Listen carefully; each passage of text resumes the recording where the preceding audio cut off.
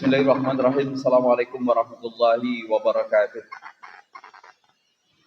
Alhamdulillah rabbil alamin alladzi at'amana bi ni'matil iman wal islam. Asyhadu an la ilaha illallah wahdahu la syarika la al-malikul haqqul mubin. Wa asyhadu anna Muhammadan abduhu wa rasuluhu al-mab'uts rahmatan lil alamin. Allahumma salli ala Muhammad wa ala alihi wa ashabihi wa man tabi'ahum bi ihsani ila yaumiddin. Wa qala Allah ta'ala fil Qur'anil Karim, laqad kana lakum fi Rasulillahi uswatun hasanah. Wa qala Rasulullah sallallahu alaihi wasallam fi hadithihi, innama bu'istu liutammima makarimal akhlak. Hadirin hadirat Bapak Ibu sedang jemaah zuhur yang berbahagia. Alhamdulillah dengan izin Allah Subhanahu wa taala pada kesempatan siang yang berbahagia ini, Allah masih anugerahkan kita umur yang panjang, badan yang sehat.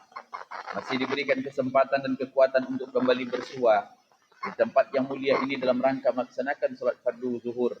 Mudah-mudahan tentunya seluruh amal ibadah yang kita lakukan diterima oleh Allah Subhanahu wa taala. Salawat beruraikan salam tercurahkan pada baginda alam Nabi Muhammad sallallahu alaihi wasallam. Allahumma salli ala Muhammad. Mudah-mudahan tentunya dengan senantiasa bersalawat kepada beliau, kita termasuk di antara bagian orang-orang yang mendapatkan syafaatnya. Bapak Ibu sedang jemaah yang berbahagia, saat ini kita berada di bulan Rabiul Awal. Orang-orang tua kita dulu kalau menyebutnya bulan Rabiul Awal dengan selalu menyampaikannya dengan bulan Maulid. Berbagai aktivitas dilakukan oleh umat manusia, khususnya orang-orang Sunni di berbagai negara. Bahkan kalau kita rujuk kembali siapa yang memulainya memperingati Maulid, sampai sekarang tidak ada literatur yang secara paten yang akan bisa mengungkapkan secara jelas. Ada di antara kalangan ulama yang mengatakan bahwa sesungguhnya Maulid itu diawali dengan dinasti Fatimiyah ketika berkuasa di Mesir. Tapi juga tidak ada literatur yang kuat. Maka sampai hari ini memang tidak ada akar sejarah yang menyebutkan mengapa hal itu dilakukan dan siapa yang memulainya. Namun demikian sedang jemaah yang berbahagia, yang menjadi otokritik kita hari ini adalah ketika peringatan Maulid itu dilakukan setiap saat atau mungkin setiap tahun, tapi apa refleksinya yang bisa kita lakukan? Artinya apa yang akan memberikan manfaat dalam kehidupan kita sehari-hari setelah Maulid itu diperingati? Mungkinkah kita berubah? Maka kalau hal seperti ini yang kita kritisi, inilah yang kami ungkapkan apa yang pernah ditulis oleh seorang tokoh nasional kita, yakni Haji Agus Salim. Sebagaimana yang kita ketahui, Haji Agus Salim adalah seorang ulama, tapi juga menjadi diplomat yang luar biasa. Dan bahkan kalau ada acara-acara internasional pada masanya, maka ialah yang menjadi juru kunci untuk menyampaikan pesan-pesan kebangsaan dari Indonesia. Maka pada tahun 1928, tepatnya tanggal 28 Agustus, maka Haji Agus Salim menulis sebuah kritikan atau otokritik terhadap Maulid itu di dalam sebuah koran yang ketika itu bernama Fajar Asia. Saya tidak tahu, tapi kalau ditengok kepada muka-muka kita ini mungkin tidak ada kita lagi, Bang. Atau ada di antara kita yang belum lahir maksud kami. Karena tahun 1928 itu hampir boleh dikatakan 100 tahun. Maka saat itulah Haji Agus Salim itu menulis otokritik ini tentang mengapa Maulid Nabi itu diperingati, tapi mengapa dampaknya tidak begitu besar. Sehingga maaf banyak di antara kita yang membuatnya acaranya semeriah mungkin, didatangkan qori yang bagus, bahkan maaf diundang ustaz yang hebat, bahkan acaranya bukan hanya setingkat kelas yang bawa, sampai di kelas istana pun mereka akan melakukan hal tersebut.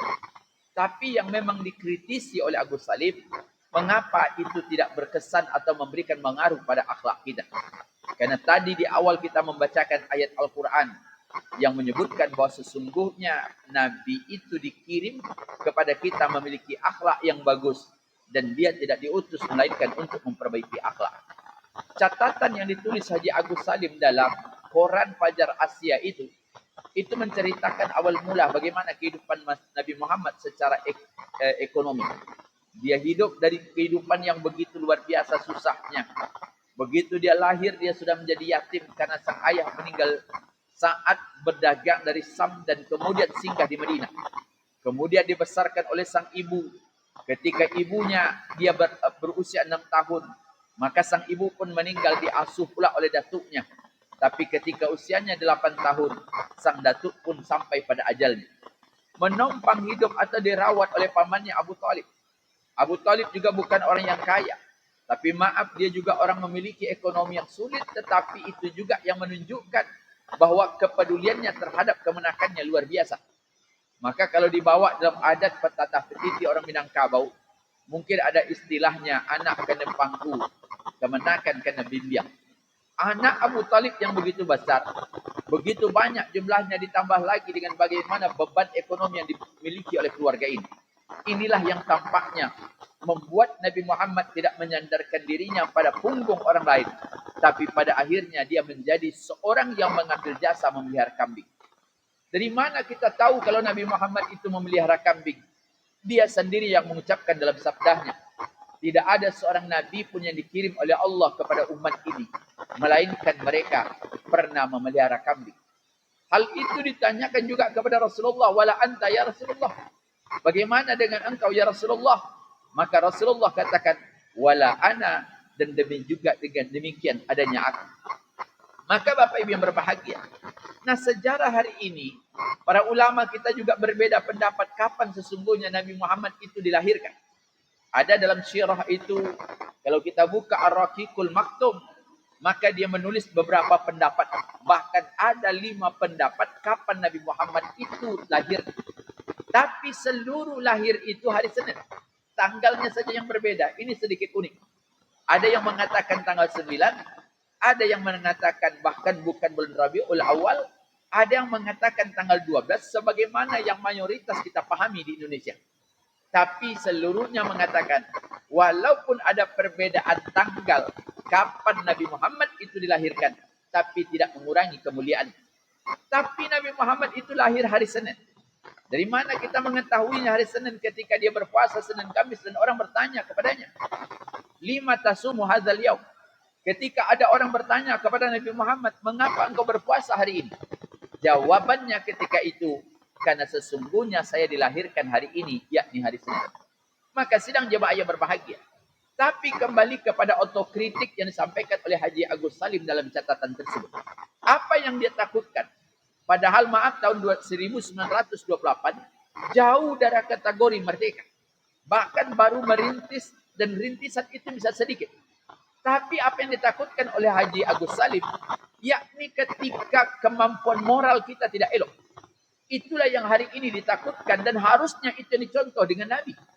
Karena maaf, akhlak yang paling tinggi dalam kehidupan moralitas manusia adalah jujur. Dan itulah sesungguhnya yang dimiliki oleh Nabi Muhammad. Hari ini apa yang hilang dalam dinamika kehidupan kita, Bapak Ibu sedang jemaah yang berbahagia? Kejujuran. Dan bahkan maaf, dia menjadi langka. Maka apalagi kita hidup skala nasional dengan angka yang mengkhawatirkan seluruhnya. Bahkan hari ini atau kita sempat tadi mencek bagaimana nilai-nilai anak sekolah kita, Pak. Berdasarkan asesmen pelajar se-Indonesia, sedunia. Dibuatlah Indonesia di situ mengkhawatirkan apa yang dikatakan. Kualitas anak didik kita, pelajar kita, maaf cerita, pelajaran berhitungnya paling rendah. Membaca anak Indonesia itu paling sedikit. Jadi dibuat di dunia itu, subhanallah. Tapi kalau mungkin ditanya, anak mana yang paling banyak makan? Mungkinlah kita, Pak. Pasti makan dapat prestasi. Tapi dihitung, pengamat itu mengatakan berdasarkan asesmen studi, bahwa pelajar itu dikumpulkan di dunia, kemudian ditanya kemampuan mereka berhitung, kemudian kemampuan mereka untuk membaca. Sangat rendah sekali. Maaf kalau dikatakan tidak pintar nanti orang marah. Tapi berdasarkan penelitian itu. Tapi apa yang menyebabkannya? Ya karena tadi sistem kita yang sudah salah. Maka hari ini kalau kita katakan berbicara ketidakjujuran, maka selalu konotasinya adalah ke korupsi. Bahkan apa yang dikatakan ulama itu, mengapa angka korupsi itu nggak selesai? Ada 3 sebab. 1, pragmatisme. Masyarakat kita ingin senang. Maaf cerita, kalau ada bapak nih salah jalur, melanggar peraturan lalu lintas, kemudian maaf ditangkap oleh polisi, kemudian sang polisi mengatakan bapak ikuti sidang pengadilan. Bapak pasti mengatakan, tidak usah Pak, selesai saja sini. Maaf, berapa yang diminta? Berdasarkan diskusi. Ketika kita tanya mengapa bapak mengasihkan duit, menghabiskan waktu. Yang hilang apa? Ideologisnya, Pak. nilai-nilai ideologi itu hilang. Itu yang pernah ditunjukkan ketika Nabi Muhammad ditawarkan oleh seorang ayah. Ketika Ma'ab Zaid datang, ada seorang perempuan yang mencuri, kemudian dia berharap tangan anaknya tidak dipotong, kemudian diganti saja dengan uang berapapun yang dia minta. Kalimat itu senantiasa terkenal. Laukana Fatimah binti Muhammadin syarafa. Kata Nabi, kalau seandainya Fatimah anakku yang mencuri, maka saya akan potong tangannya. Ini kan dampak ideologi yang luar biasa, Pak. Idealisme dan iman yang bagus. Dan hari ini hampir itu yang tidak ada, termasuk di kalangan kita. Subhanallah. Hari ini, termasuk kalau kita berbicara tentang pinjam meminjam, atau dalam bentuk muamalat ekonomi. Berapa banyak di antara kita yang hari ini senantiasa berdebat bahwa riba itu haram. Tapi nggak ada jalan keluarnya, Pak. Kita hanya mengatakan riba itu haram. Tapi maaf, itu hanya sebatas kajian di masjid. Begitu keluar dari masjid, tokonya kurang laris. Minjam ke bank lagi, Pak. Mengapa? Karena tidak ada jalan keluarnya. Ulama selalu mengatakan bahwa riba itu haram. Tapi sampai hari ini, tidak ada bank berdiri 100% syariah. Bahkan ada ulama kita yang mengkritisi juga. Bank syariah itu juga tidak syariah, Pak Ustaz. Karena ada marjid yang sudah ditentukan bukan berdasarkan kepasakatan hasil, tapi berdasarkan asumsi awal pertumbuhan ekonomi. Maka Bapak Ibu yang berbahagia, ideologi itu yang hari ini. Kemudian apa? Ketika pragmatisme timbul, maka orang menjadi tamak. Orang ingin cepat kaya. Maka kemarin kita nengok bahwa ada seorang rektor yang ditangkap KPK. Dunia pendidikan ketika itu berduka. Mengapa? Karena harusnya kampus itu membangun orang-orang yang ideologi. Kampus itu tempat pembinaan mental. Tapi kalau kampusnya sudah rusak, ini menjadi masalah. Dan ini tidak terlepas dengan cara penerimaan mahasiswa di universitas negeri.